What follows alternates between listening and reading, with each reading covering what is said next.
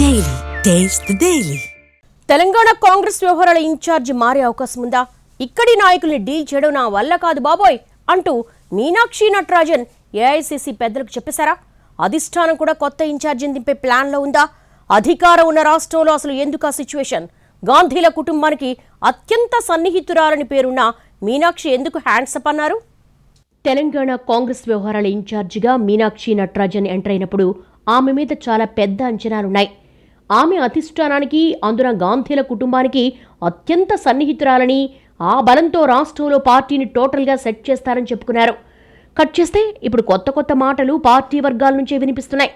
రాష్ట్ర వ్యవహారాల ఇన్ఛార్జిగా కొనసాగడానికి ఆమె ఆసక్తిగా లేరని చెప్పుకుంటున్నారు.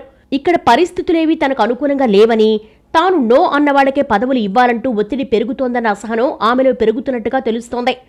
అదే సమయంలో రాష్ట్రంలో పార్టీ అధికారంలో ఉంది కాబట్టి ఆ స్థాయి నాయకుడిని ఇన్ఛార్జిగా పంపాలని ఢిల్లీ పెద్దలు భావిస్తున్నారా అన్న చర్చలు సైతం నడుస్తున్నాయి. అదే నిజమైతే ఆ విషయాన్ని మీనాక్షి ఎంపికకు ముందే పరిగణలోకి ఎందుకు తీసుకోలేదన్న డౌట్ వస్తోంది.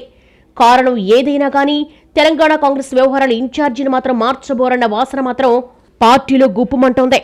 దేశవ్యాప్తంగా పార్టీని ప్రక్షాళన చేయాలని ఏఐసీసీ డిసైడ్ అయింది. అందులో భాగంగానే మీనాక్షి నటరాజన్ కూడా స్థానచలనం కలిగించొచ్చన్నది ఇంకో వెర్షన్. రాష్ట్రంలో పార్టీ అధికారంలో ఉన్నందున అదే స్థాయిలో పార్టీని లీడ్ చేయడానికి మాజీ ముఖ్యమంత్రి ఒకరిని తెలంగాణకు పంపాలని అధిష్టానం భావిస్తున్నట్టుగా తెలుస్తోంది. చాలా రోజులుగా దీని గురించి ప్రచారం ఉన్నా ఇటీవల చర్చల తీవ్రత పెరిగింది. మీనాక్షి నటరాజన్ గాంధీ కుటుంబానికి దగ్గరే, పార్టీ కోసం డెడికేటెడ్గా పనిచేసే వ్యక్తే. కానీ తెలంగాణ నేతల్ని సమన్వయం చేయడానికి మాత్రం ఆమె కంటే సీనియర్ లీడర్ అవసరమని ఏఐసీసీ భావిస్తున్నట్టుగా సమాచారం. ప్రక్షాళనలో భాగంగా తెలంగాణ కాంగ్రెస్ నేతలకు కూడా ఏఐసీసీలో చోటు కల్పించే అవకాశం ఉంది. ఇక మీనాక్షి నటరాజన్ కూడా ఒక దశలో ఇక్కడ ఇన్ఛార్జిగా చెయ్యలేనని పెద్దలకు చెప్పారన్న ప్రచారం సైతం నడిచింది. తాను అనుకున్నట్టు తన దగ్గర నివేదికల ప్రకారం కాకుండా ఒకరిద్దరు నాయకులకు ఖచ్చితంగా పదవులు ఇవ్వాలంటూ రాష్ట్ర నాయకత్వం నుంచి ఒత్తిడి రావడంతోనే ఆమె ఎలాంటి కామెంట్స్ చేశారని చర్చ జరుగుతోంది. ఓ మైనార్టీ నేతకు వర్కింగ్ ప్రెసిడెంట్ పదవి ఇవ్వాలని రాష్ట్ర నేతలు ఒత్తిడి తేవడం ఇన్ఛార్జికి అస్సలు నచ్చలేదని ప్రచారం జరిగింది. అప్పటి నుండి తెలంగాణ కాంగ్రెస్లో పదవులు భర్తీ కూడా వాయిదా పడుతూ వస్తోంది. దానికి కూడా ఇదే కారణమని చెప్పుకుంటున్నారు. ఇలాంటి అంశాలు అన్నిటినీ పరిగణలోకి తీసుకుని తెలంగాణ కాంగ్రెస్ నాయకులను సమన్వయపరిచేందుకు మాజీ ముఖ్యమంత్రి స్థాయి నేతను ఇన్ఛార్జిగా పెట్టాలని పార్టీ భావిస్తున్నట్టు తెలుస్తోంది. మొత్తం మీద తెలంగాణ కాంగ్రెస్లో ఇప్పుడు సరికొత్త చర్చలు మొదలయ్యాయి.